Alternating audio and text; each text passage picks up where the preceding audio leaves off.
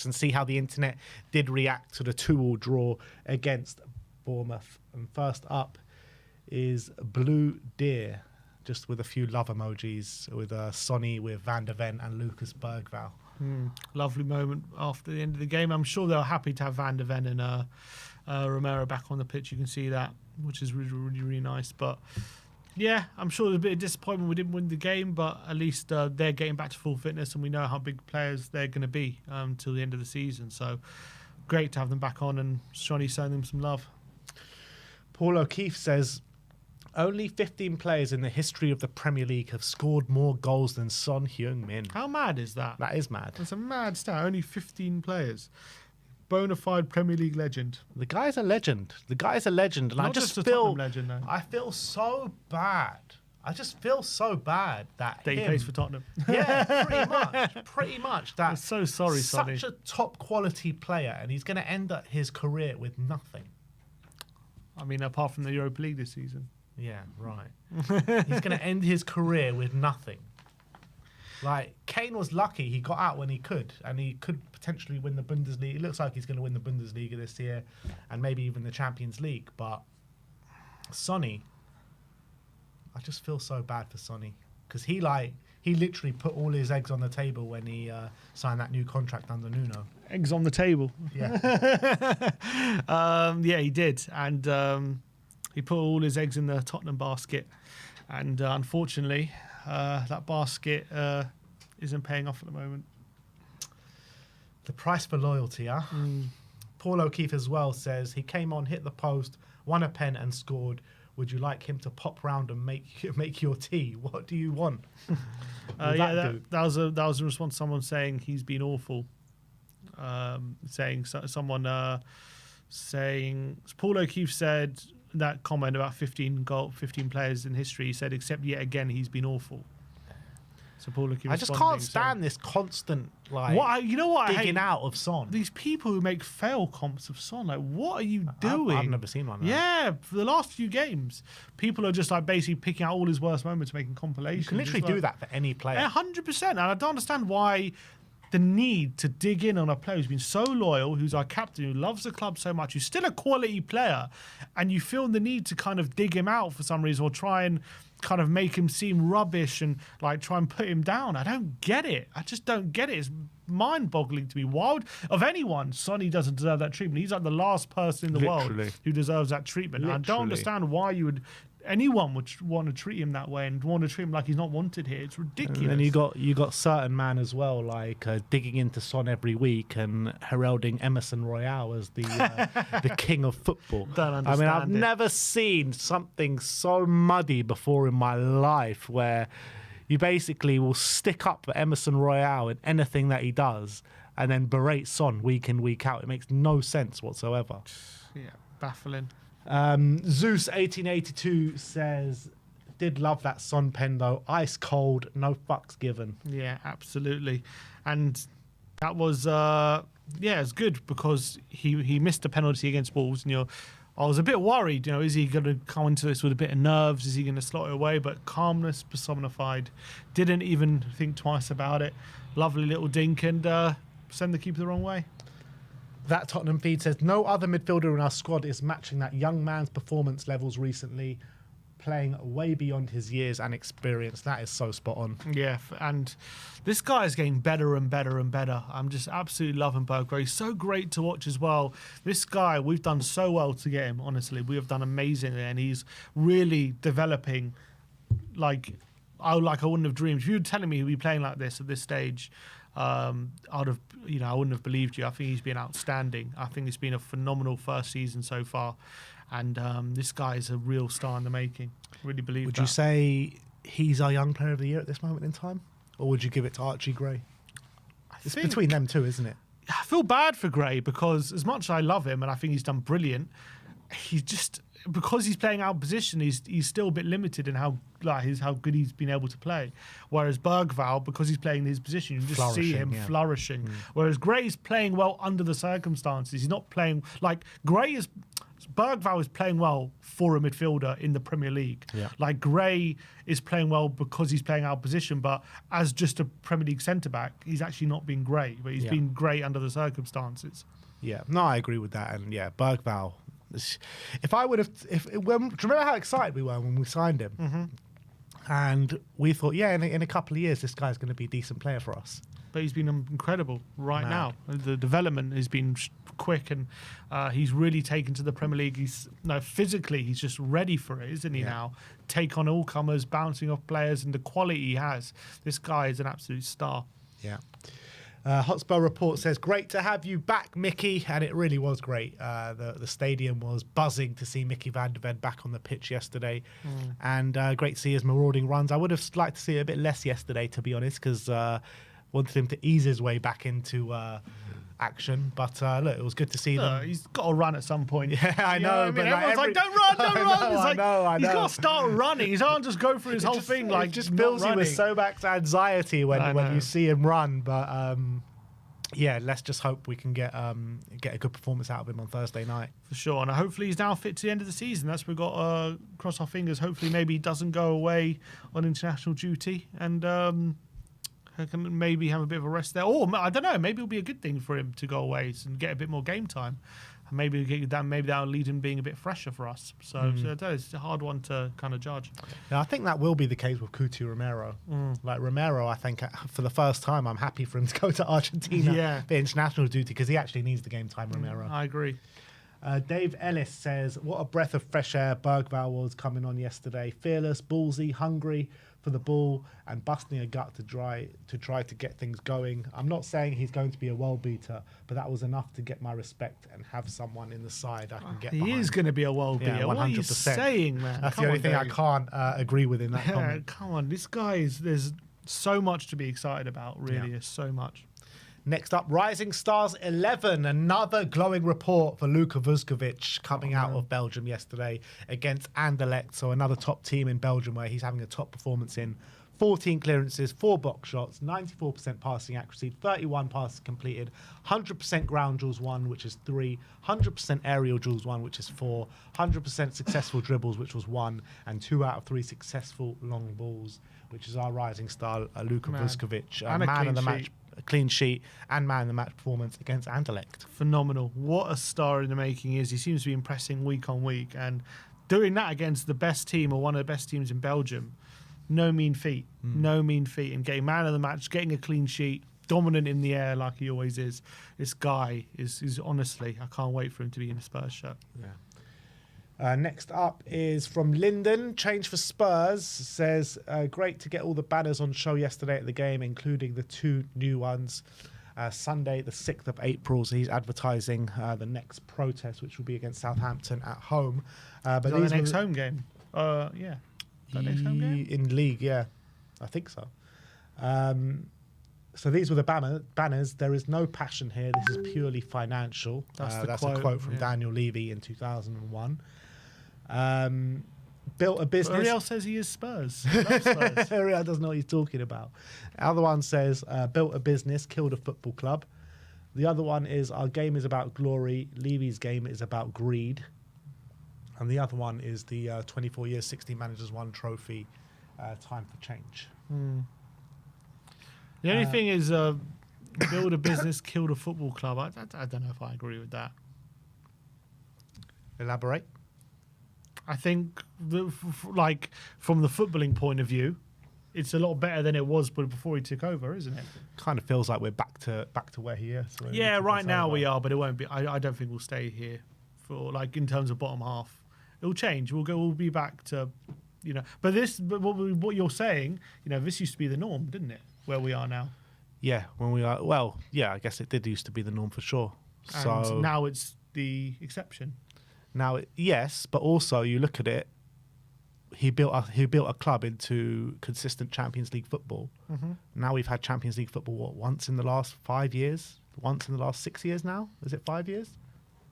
Once since 2019, and it's very likely that it could be no European football twice in the last 3 years.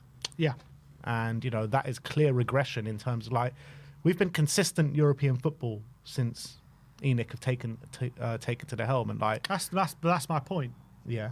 We've been consistent European football since they've been at the helm. Yeah, and that's like going down now. It could be 2 years without European football in the last 3. Yeah, I understand that, but that that's 2 of the last 3 out of 20 years, Yeah, 24 years. That's right now. Before that, you just got to remember before that how much it was a dream just to be in Europe. Remember, we were like, oh my God, we're actually to forget Champions League, just Europe. Yeah. We couldn't believe even being in Europe. So, to just say, that's got nothing to do with them or anything like that. Like they've killed the football club. I don't know if they've killed it. We're not doing well at the moment, and I would like them to move on. I don't think they've got what it takes to. we haven't done well for a number of years. Yeah, I understand that, and I agree with you. I don't mind them moving on, but to say they've killed the football club as if like there's nothing here now. There's something here. There is something here. I still believe that. Doesn't feel like that when you're on the stands. I'll tell you that. I don't blame. Yeah, because we're in bad form. I think anyone in bad form feels that way. But I don't know if they killed the football club. I wouldn't go that far. What does it take to kill a football club? I guess. What does it take to kill a football club? What does killing a football club even mean? Yeah, I guess whatever you think it means. I guess yeah. Next up is those quotes from Cuti Romero after the game yesterday, where he was mentioning that he had to go back to Argentina to he's thanking the Argentina medical team for getting him back to full health. So what if you're part of the Spurs medical team? How would you feel reading that post? I must feel like I'm not doing my job well enough, pretty much. Like it's a clear kind of. What about disrespected? Disrespected. I mean, the players should feel more disrespected that the club can't employ a competent medical team. But imagine you're part of the medical team, and I'm sure they've been doing some work. I'm sure they're not just leaving him alone, like, say, hey, you can do it yourself. Like, I'm sure they're doing something, and to get no credit for that, as much as whatever, they might be incompetent, and that's true, but I'm sure they don't feel like they're incompetent. I'm sure they feel like they're doing their job, and to read that and feel like you're not being appreciated at all, and they're saying thank you to a completely different medical team when they're the ones I'm sure he's been dealing with. I'm sure they must not sit right with them. I have a feeling. I'm not saying it's right or wrong. I'm just saying if you're part of that medical team, I wonder how they're reacting to that. It must be strange. They're probably reacting to it with their P45s. That's probably how they're reacting to it, and that's the way they should be reacting to it. They should be fired on the spot if they're not fired already. I don't know what the situation is behind the scenes, but they're clearly not good enough. Players need to go outside to seek medical advice when, they should be dealing with it all in-house. I mean, the whole thing's pretty much a joke, and if they're hurt by it, and if they're looking at these comments being like, oh, you guys hurt my feelings, then who cares really? Yeah, and I'm not saying anything that's wrong. I'm just saying I wonder if that can create some tension there. You know what I mean? Yeah, but the reality is whether it creates tension or not, they shouldn't be in the job and they should be fired anyway. So let's hope. I mean, we're saying this. We have no idea. I mean, clearly there's a problem with the medical side. I'm not going to call for them to be fired, but clearly Why there's not? problems because I don't know what's the ins and outs. I'm not a medical professional, but but you know that players are consistently trying to seek help. Outside of Tottenham, so clearly they're not good enough. Well, yeah, or maybe that. I mean, for us that seems like the case, but we don't really know.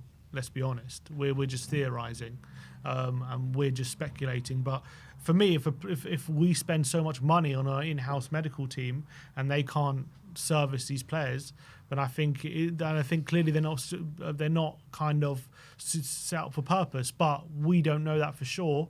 Or what could potentially be the problem is these guys need specialists for very specific things, and we don't have that capability because we don't have those kind of specialists. I don't know, like Van der Ven with his running style and hamstring thing, he needed a very specific specialist for that.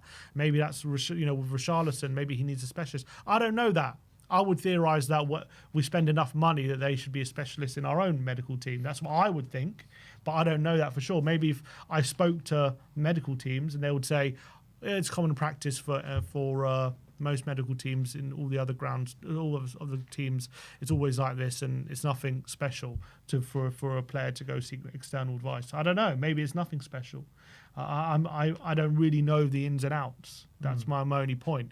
So I can't sit here and say he should be fired. Maybe he should. From my point of view, I don't understand. I don't really understand why they wouldn't have the capabilities, but I don't really know for sure, do I? So that's all I'm saying. But I just wonder where this happening here. This is a very specific thing. This is a very specific message on social media where he is thanking people for getting him back to full fitness, and he hasn't mentioned the Spurs medical team. So I do wonder, how they'll react to that. How, if there's talk in the dressing room with this, and how if that will cause tension between some of the players in the medical team, and how the club was going to deal with that, or if it's just much made about nothing, and he saw a specialist in Argentina and that's who he's thanking. I don't know. I think the medical team are pony and the players don't trust them. That's what I think. Yeah, that might be true. I'm not saying it's not true. I'm just saying we don't know for sure. Well, I think we have heard things behind the scenes that could allude to that. So I think that what I was saying is absolutely spot on, and I don't think they're fit for purpose, and I think they do need to be fired, and then there needs to be a whole restructuring of the medical team where everything gets dealt with in-house, apart from specific situations, and it can't be every injury is a specific situation.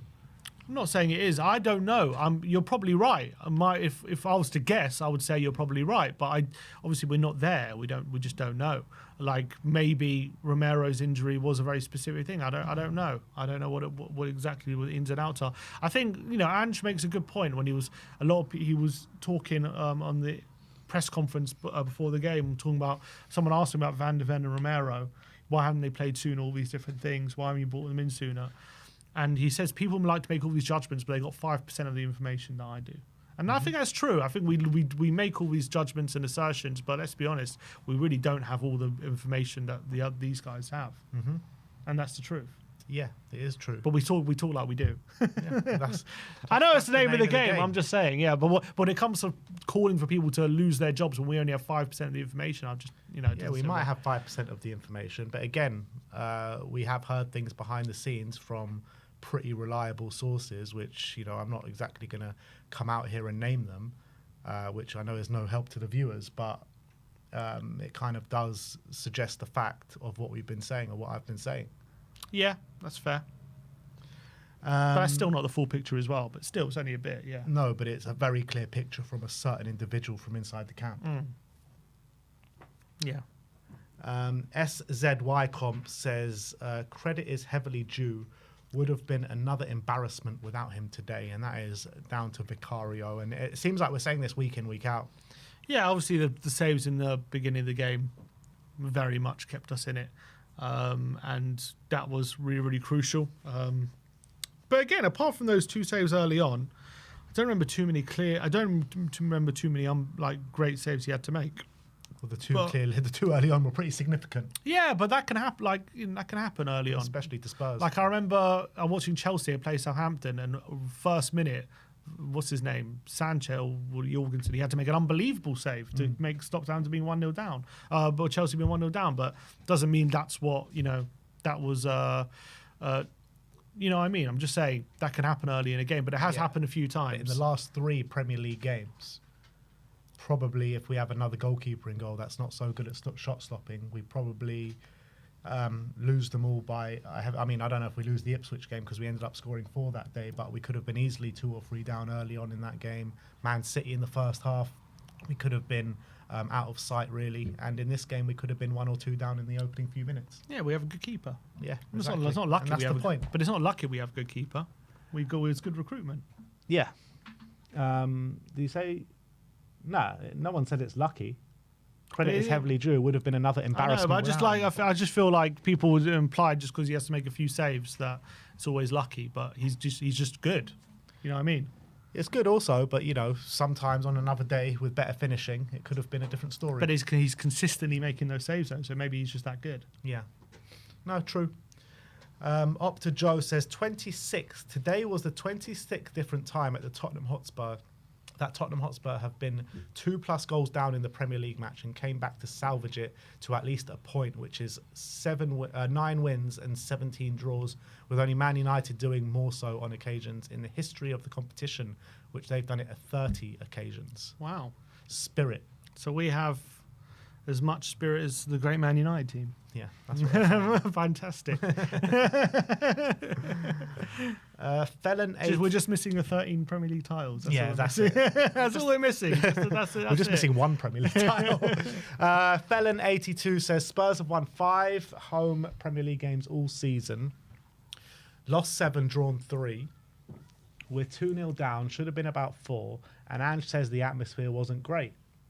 Some of the most expensive tickets in football to see 5 wins in 15. He should be thankful the fans aren't ripping up the seats. Yeah, I get the sentiment. The atmosphere wasn't great. He wasn't saying. I don't think he was blaming the fans for the atmosphere not being great. I think he was just stating a fact that we were 2-0 down and the atmosphere wasn't great, so it wasn't easy to play it, which I think it's just a factual statement.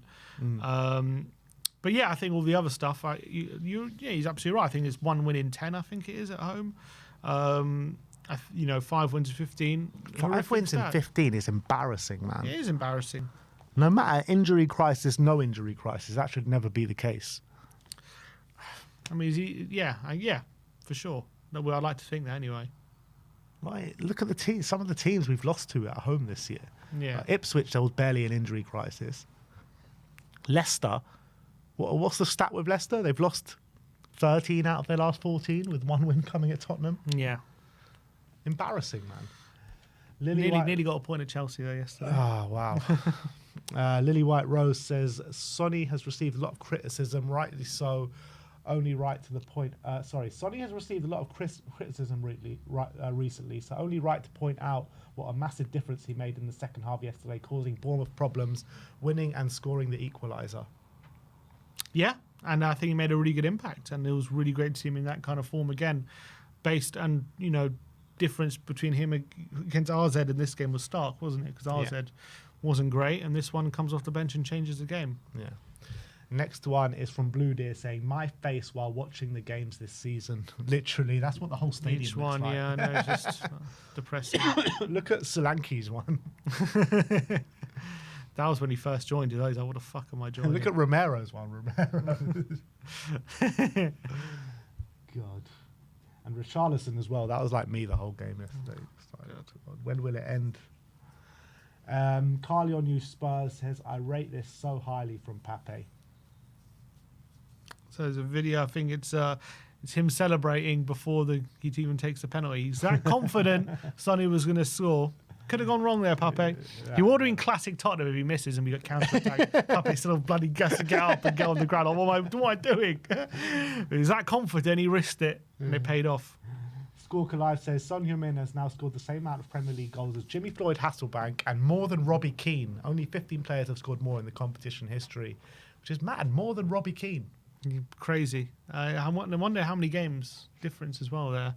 But there's got to be a significant amount of games less than Robbie Keane, because Robbie Keane... Less than Keane? Yeah, you would think so, no? Didn't Robbie Keane... Well...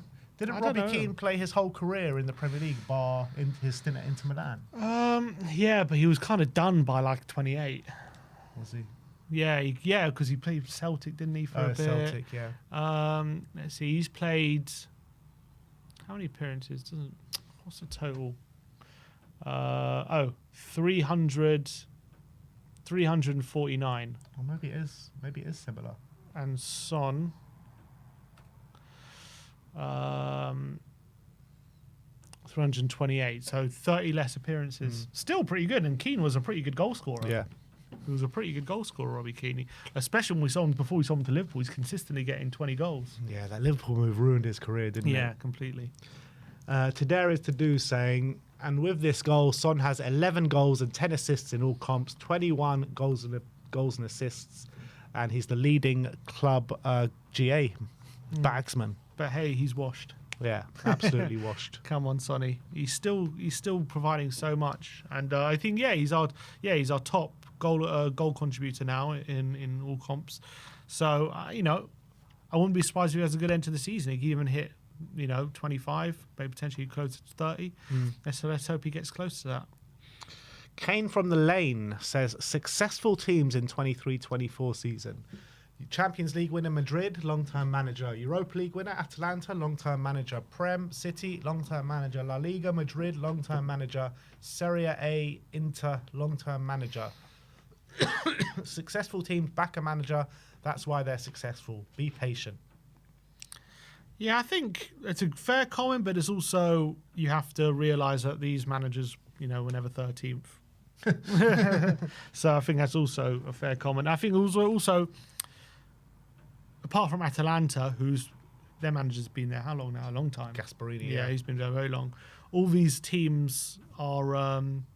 I think on the flip side to what I'm saying, these teams have never been 13th. They're all elite teams. They're all really good teams who have won things in recent past, even before these managers were there. So these managers aren't coming here, looking to change it into a winning mentality and stuff. They're just trying to build on the club's history. Like the fans act like I know third team, so I guess it's a bit different, but we do act like we're like this club who like wins things all the time, which we're not. We're just not that team, or we never have been. We need to become that. Not in anyone's lifetime, anyway. No. Unlike these teams that are that. Yeah. No, it's true. That is absolutely spot on. But it's just, I think it's just a major frustration within the fan base, because a lot of, I wouldn't say a lot of percentage, but the younger lot of this fan base, right, would have grown up with the Pochettino team, right? So they would have thought that's kind of normal. Yeah. So when you grow up with the Pochettino team, when you're on the cusp of success, when you're getting into Champions League final, to what you've seen in the last 5 years, obviously there's going to be disgruntlement. For me, someone that has seen... Oh, you're not disgruntled at all, are you? That's what I'm about to come to. For me, someone that has seen part of the 90s, and then I've seen a clear growth in the club from Martin Jol up till now, and to see us all just chuck that away so easily with, things could have been done to keep us at that level. Just makes me kind of disgruntled and disillusioned with everything. Yeah, I think everyone's disgruntled. I think, look, when you're in the position we are, no one's really happy with the situation. I think everyone's going to be disgruntled, whether it's because you expect us to be Champions League regulars like the younger guys, or you've been patient for 30, 40 years like the older guys. Everyone is just... everyone's really disgruntled. But then there's another section of the fan base who are kind of like the older lot, who be like, oh yeah, but always hark back to the 90s, saying, oh, you don't remember the 90s, you don't remember how bad it was, the club that Levy took over and everything, and look where we are now, look at the size of the club and all this kind of stuff. But I mean, like, I feel like these guys just lack a bit of ambition. Yeah, maybe. I think when it comes to that, you're right. I think when we have had moments and times, and especially right now, we need to push on and go make that step from a team that's challenging for Europe to a team that's challenging for titles. And it seems as though this board and hierarchy either don't know how to do it or are unwilling to do what's necessary to do it. Either way is not a good look on them, in my opinion. Could be both. It could be both. Potentially is both. So I think a lot of these people who make the statements you make are more of the kind of thinking of better the devil you know than the devil you don't. Yeah. In that sense, because they have increased the profile of the club, and we're in this different stratosphere, and they deserve credit for that, for where we are as a club right now. But how much longer can we stay at this stage without we wanting to move on from that and wanting to want more for yourself or more for the club? But from their point of view, it's like, well, they've got us to this stage and we don't know who's going to come in and change that or guarantee to change it, unless it's like a nation state or all these different things, which a lot of people aren't comfortable with anyway.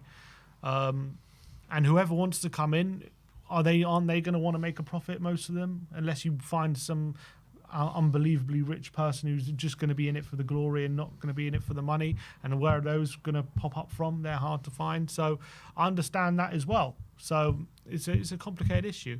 Yeah, it is a complicated issue, but like, I think Spurs are like extremely frugal in terms of the wage spend and all that kind of stuff that we've been over a million times. I feel like we don't even need to push the boat out in terms of spending 100 million on each and every player and spending 97% of our turnover on wages and blah blah blah. But we can push the boat out a lot more than we have done without putting ourselves in jeopardy, kind of thing. Yeah, and I agree with that as well.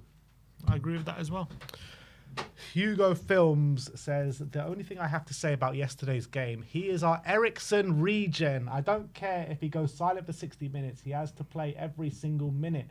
The only player we have who can create chances out of nothing. This is a world-class player. Talking about James Madison. High praise. Eriksen regen? I'm not sure about that. Yeah, I think Eriksen at his best was much better than Madison, in my opinion. Although Eriksen also had his games where he was quiet as well, but I just feel like Eriksen was a bit more consistent with his output for sure in terms of goals and assists, and I think he as well was a bit better off the ball potentially than Madison in terms of the amount of running he would do for the team. So I don't know about Eriksen regen. I do think Madison doesn't get the credit he deserves from this fan base. I think he does a lot of good work, which goes unnoticed. And if he hasn't got a goal or an assist, everyone just wants to say he's had a bad game. Well, I don't think it's always true. But he does go missing in a lot of games, and he needs to work on that as well. Yeah, Eriksen, like, he was so disrespected off the ball. Like, he used to do the most running out of everyone in that team, which is, you know, you had a lot of runners on that team, right? And I feel like Eriksen gets disrespected by this fan base consistently for what he did for this football club in that stretch of time. Like, I feel like because of the way it ended, people kind of just like cast him aside a little bit. But genuinely, I genuinely believe like he is one of the best 10s in the Premier League. Like the Premier League has seen. Like, if you got the De Bruynes and you know, the Lampards and people like, maybe can you even call Lampard a natural 10 throughout his career? I don't know, but you've got, you know, the clear elite ones, and I think he's just maybe just behind them. Like, you look at the numbers that he pulled out for his career. Let me just get them up. Like, in his third season for us, when he really started to click. Well, second season he got 10 goals, but I'm talking about the assists, like 14, 15, 10, 12. Yeah, I mean, it's this machine. We need Madison to pull these numbers. Yeah, completely. And I think he's capable of it. He just we just need to see more from him, Madders. But yeah, I agree. I don't agree that I wouldn't call him a world-class player, because I don't think he's world-class. I think he's a very good player. I think world-class is a bit of a stretch. I think he's got world-class talent, but I think we just need to see a bit more consistently. But I do think he's a very good player, and I think a lot of people saying he's having a bad season, all these things. Again, I've been consistent. I don't think that's true. I don't think he's been having a terrible season at all. I think he's been fairly good, but I think there are, obviously, when he goes missing, that gets highlighted a lot, I think. Yeah. Blue Deer says, before preparing to take a penalty, Kuti only wore one shoe. Where's his other shoe, Kuti? Hope he's not injured and not protecting it, but there he is on the sidelines. Ready to throw it at someone, maybe. Yeah. if it missed. Yeah. TMZ says Fez, and that's Vicario. What is that? Is that goals prevented? Oh yeah, goals prevented. Vicario's at the top, 5.17. I think that's a lot to do with just how good of a shot stopper he is. He makes some unbelievable saves from really high quality chances. 5.17. He's top of the league, despite having played 15 games or whatever it is. 16 games? That's crazy. Games? How many games has he played? Vicario, don't know, probably about 15. Yeah, he's played 16. 16 games, and he's top. So the other keepers that he's there, Henderson, Travers, Matt Sells, Edison. Yeah. How is Neto so high? It all came in probably one game. That's mad. But I think Vicario, I think a lot of it was also in the first 14, but a lot of it, I think it's more of a case of what a great goalkeeper he is. I think because at the beginning of the season, we were actually quite low for shots against us, but he was still making like good quality saves. Yeah. So incredible. It's incredible to be that high with having played so much less than the other keepers. Rocco says, was he good? No. Was he bad? No. I'm tired of you guys using him as a scapegoat and acting like he's been terrible every week. He's not our best player, and we can improve on him, but he's nowhere near as bad as you lot say he is, and he's far from our biggest issue. I'm done with Bissouma, man. I really am done with Bissouma. I'm sick and tired of seeing these sloppy passes that play us into trouble consistently. And But when we do our monthly ratings, He's always in awful. No, last few months he's been in good. I don't think he has. He has. Wasn't he in awful last month? Last month maybe, but I'm saying, but generally this season he's been quite high. No, up. we literally went through this and we said 1 month in awful, 1 month in good, 1 month in awful, 1 month in good, 1 month in awful, 1 month in good. I thought We went through it. I've got it. Don't I have it? I think last. Where is it? Let him get up because I don't think it's been that bad. It is. It's Overall. 1 month on, 1 month off. I'm telling you. I went through the last 3 or 4 months on the tier list. All right, but I'm saying he's not terrible every week. Oh, so what? He's terrible. But we act like he is terrible every week. No, we act like he's not good enough and not fit for purpose. That's Because fair. if you're awful every other month, then what are we doing here? If you're more, we know we need that, but that's his point. Yes, he needs to move on and he's upgradable, but he's not as bad as everyone's saying. That's what he's saying. He is bad as everyone's saying because he's having an awful month every other month. Awful is pretty bad, man. It's not like he's playing at a consistent level, even like an okay level. Some month is like good and some month is terrible. He's averaging for us a 6.2 over the season. 6.2. Look, I agree in a sense that what he says that he's far from our biggest issue. He is far from our biggest issue, but it doesn't mean he's not an issue. I think he gets scapegoated a lot. You think that? Yeah. I don't think he does. I think he does. I think he gets credit when he has good performances and he gets slated when he has bad performances. I thought he was unlucky to be taken off at half-time compared to Bentancur. I thought he was better than Bentancur yesterday. I just think they were both terrible, really. Whether you think he was unlucky, better than Bentancur or not, you can't say that he didn't deserve to get taken off because he was terrible. His touch, that's something that's just plagued him for. Would you not be happy forever. to see him go in the summer? Sell him. I don't mind. I think we need to sell him, to be honest. But everyone acts like he's just a terrible player. But the reason is as well, like the player that we signed from Brighton, we thought we were getting one of the best midfielders in the Premier League. And he's been nothing close to one of the best midfielders in the Premier League. No, it's true. But he's at this club, he'll probably go somewhere and smash out. Yeah, and I hope he does, but he needs to move on from here for himself and for our sake as well, because I just don't know. I don't know what's gone wrong here, but it's just not working out.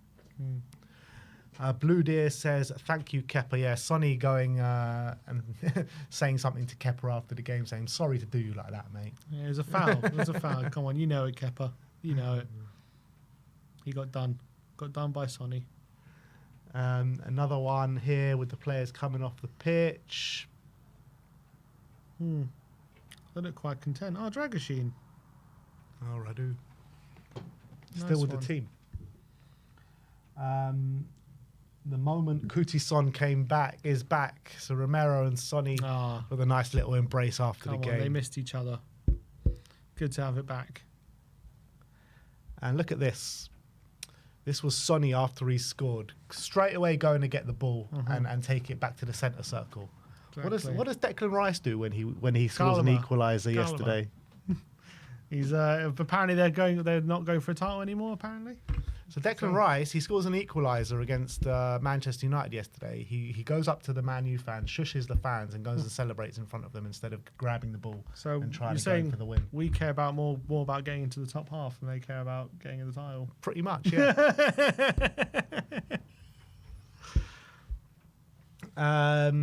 Blue Deer says, Mickey celebrating Sonny's goal. Lovely to see. And last one is Frankie Kiernan saying, Ben in the mud. What am I in the mud for this time? I don't know. But he said you're in the mud. Well, you must have liked it, because I don't think I liked it. Of course I'm going to like it, obviously. Oh, because he said Sim in the mud, and then you question mark, questioning that mudding, and he says, Why? But what was the mud. original post? Oh, Solanke being back in the match day squad, because I was saying, because I said he looked injured. You said he wasn't going to play until after the international break. Yeah, I said there's a chance of it. Yeah. No, you say you were confident. I was confident. You were Yeah, I did say that, but I was very happy to be mudded on that occasion. Very mudded. Happy to be mudded. But yeah, that is it. That is how the internet did react